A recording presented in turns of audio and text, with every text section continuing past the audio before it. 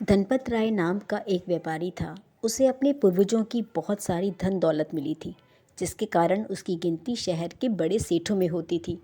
उसके पास गाड़ी, बंगला, नौकर चाकर सब कुछ था।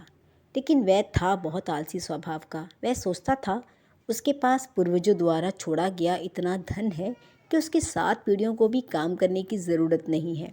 सुबह देर से उठता, अच्छा खाता पीता और फिर सो जाता। कई कई दिनों तक कारखाने नहीं जाता था। उसका रवैया देखकर उसके नौकर और कर्मचारी भी आलसी हो गए और काम उसका ठप हो गया। लेकिन धनपत राय पर इसका कोई भी असर नहीं पड़ा।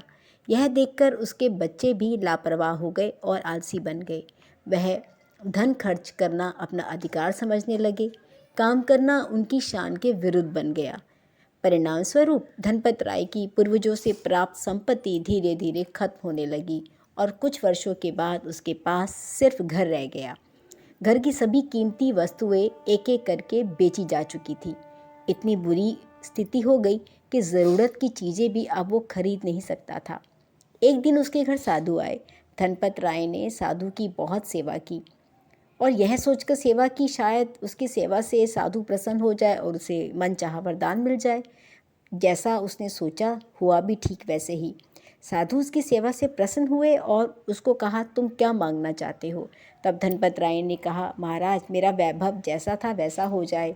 यह सुनकर महाराज जी ने अपनी पोटली में से एक पारस मणि निकालकर सेठ को दे दी और कहा, इस मणि को अगर लोहे के साथ स्पर्श करोगे, छुओगे तो यह सोना बन जाएगी। इस मणि को पाकर धनपत राय मन ही मन बहुत खुश हुआ। लेकिन साधु ने कहा कि यह सिर्फ 7 दिन तुम्हारे पास रहेगी, 8वें दिन आकर मैं इसे वापस ले जाऊंगा। और इतना कह के साधु चले गए। अब धनपत राय मन ही मन सोचने लगा कि अब मैं लोहे की चीज़ों को सोना बना सकता हूँ और मेरा वैभव वापस सब कुछ लौट आएगा। अब उसने अपनी यह बात अपने बेटों को बताई और कहा कि जाओ बाजार से लोहा ले आओ।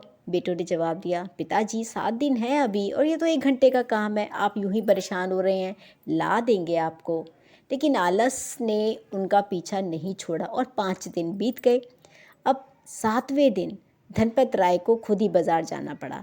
लोहे का भाव इतना बढ़ गया था कि धनपत राय के पास लोहा खरीदने के लिए पैसे ही नहीं थे, तो लोहा वो नहीं ला सका। 5 और 6 ये दिन भी बीत गए और 7 दिन भी बीत गए। 8वें दिन साधु महाराज आ गए। धनपत राय से अपनी पारस मणि मांगने लगे। यह सुनकर तो धनपत राय का कलेजा मुंह को आ गया। साधु के सामने रोने लगा, गिड़गिड़ाने लगा, महाराज जी मैंने तो अभी सोना बनाया ही नहीं, महाराज जाना ही नहीं हुआ, मैं बाजार कैसे जाता, लोहा बहुत महंगा है, मेरे पास पैसे नहीं थे, मुझ पर दया कीजिए, कम से कम 1 दिन और दे दीजिए। साधु जी को गुस्सा आया, 7 दिन जब तुम कुछ ना कर सके तो 1 दिन में क्या कर लोगे?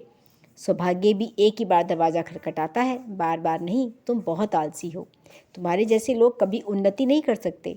अब मैं एक पल भी इस पारसमणि को तुम्हारे पास ना छोड़ूंगा। वैसे भी यह पारसमणि एक व्यक्ति को सिर्फ 7 दिन तक फल देती है, तुम्हारे लिए यह बेकार है। अब याद रखो, जो व्यक्ति आज का काम कल पर छोड़ देता है, समय का सदुपयोग नहीं करता, वह सदा परेशान रहता है। यह कहकर साधु महाराज पारसमणि लेकर चले गए और सेठ अपने आलस पर आंसू बहाता रह गया।